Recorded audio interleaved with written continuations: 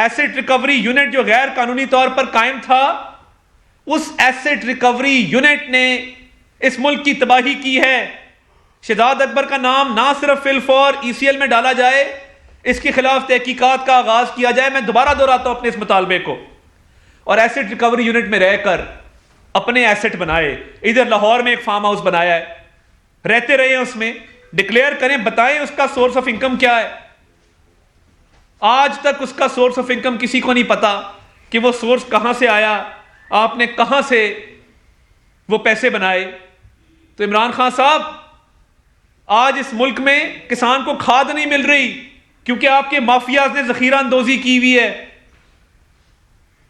آج آپ کے مافیاز کسان کو کھاد سے محروم کر رہے ہیں، اور اگلی دفعہ گندم کی فصل، اس کی پیداوار میں کمی واقع ہوگی کیونکہ آپ کے مافیاز نے پیسے کھائے ہوئے۔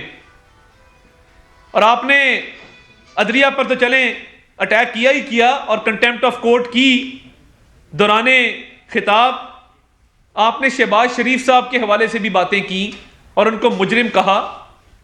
آج ٹرانسپیرنسی انٹرنیشنل کے تحت جو رینکنگز آئی ہیں اور انہوں نے پاکستان کا نمبر جو بتایا ہے، آج آپ کا سر شرم سے جھکنا چاہیے، اور آپ کو شرم آنی چاہیے کہ جس طریقے سے آپ نے اس ملک میں کرپشن کا بازار گرم کیا ہے۔ عالمی ادارے کہہ رہے ہیں کہ آج پاکستان میں کرپشن میں اضافہ ہوا ہے۔ ہم جب 2013 میں آئے تھے، پاکستان 127ویں نمبر پر تھا۔ ہم جب 2018 میں گئے تو پاکستان 117ویں نمبر پہ تھا۔ ہم نے 10 پوائنٹس کی بہتری کی کرپشن پرسیپشن انڈیکس میں۔ آپ جب آئے تو ہم نے 117 پہ چھوڑا تھا، آج پاکستان 23 نمبر اس میں اوپر گیا ہے کرپشن کے اندر۔ 140 کی آج رینکنگ آئی ہے، 140 کی، جو ہم 117 پر چھوڑ کے گئے تھے۔ 2019 میں 120 پر آئی، 2020 میں 124 پر آئی، اور آج کرپشن میں جو اضافہ ہوا ہے پاکستان کا 140واں نمبر آیا ہے۔ عمران خان صاحب، مبارک ہو آپ کو کہ آج آپ نے کرپشن پرسیپشن انڈیکس میں بھی 23 پوائنٹس کا اضافہ کیا ہے۔ ہمارے دور میں یہ بہتری کیوں آئی تھی؟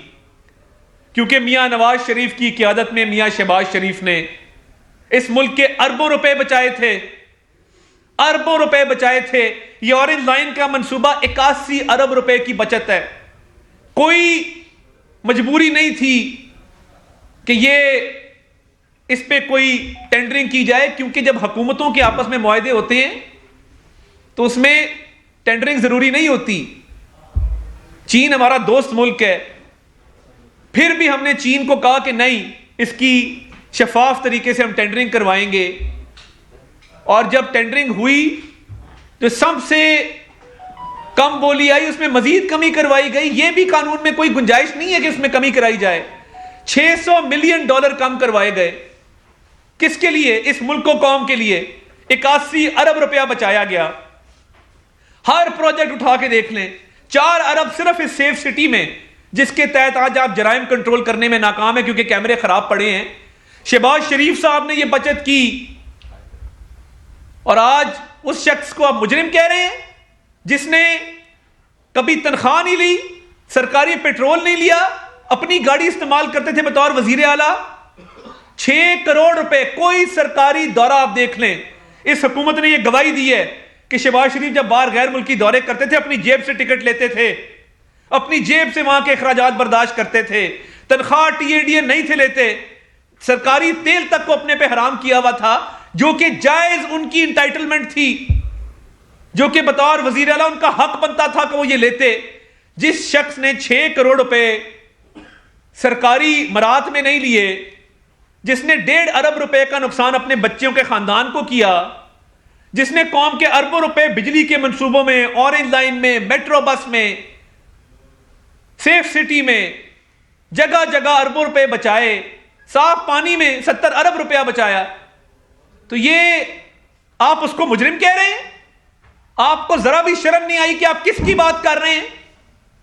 میاں نواز شریف کی قیادت میں اس ملک میں شفاف ٹینڈرنگ ہوئی، وہ لاہور کراچی موٹر وے ہو، وہ بجلی کے منصوبے ہوں، اور ایک ایک پائی کی اس طرح رکھوالی شہباز شریف صاحب کرتے تھے کہ شاید میں نے کسی کو اپنے ذاتی کاروبار کی بھی اس طرح، یا ذاتی مال کی بھی اس طرح، یا ذاتی جو بندے کو چیز عزیز ہوتی ہے اس کی بھی رکھوالی کرتے نہیں دیکھا جس طرح شہباز شریف نے اس قوم کے پیسے پر پہرا دیا ہے اور ایک ایک پائی بچائی ہے، کیونکہ وہ صحت پر لگنی تھی، تعلیم پر لگنی تھی، کسی غریب بیوہ یتیم کے اوپر خرچی جانی تھی۔ اور آپ لوگ نئی گاڑیاں خرید رہے ہیں، 4.5 کروڑ روپیہ بزدار صاحب نے اپنے دفتر پہ لگا دیا ہے، ایسٹ ریکوری یونٹ کو پوچھنے والا کوئی نہیں ہے، اربوں روپیہ کھا گیا شہزاد اکبر۔ اس کا جواب کون دے گا؟ آپ نے مجرم کا، یہ قوم کے محسن ایسے ہوتے ہیں، مجرم ایسے نہیں ہوتے۔ آپ کو شرم نہیں آئی؟ اور آپ نے کیا کیا؟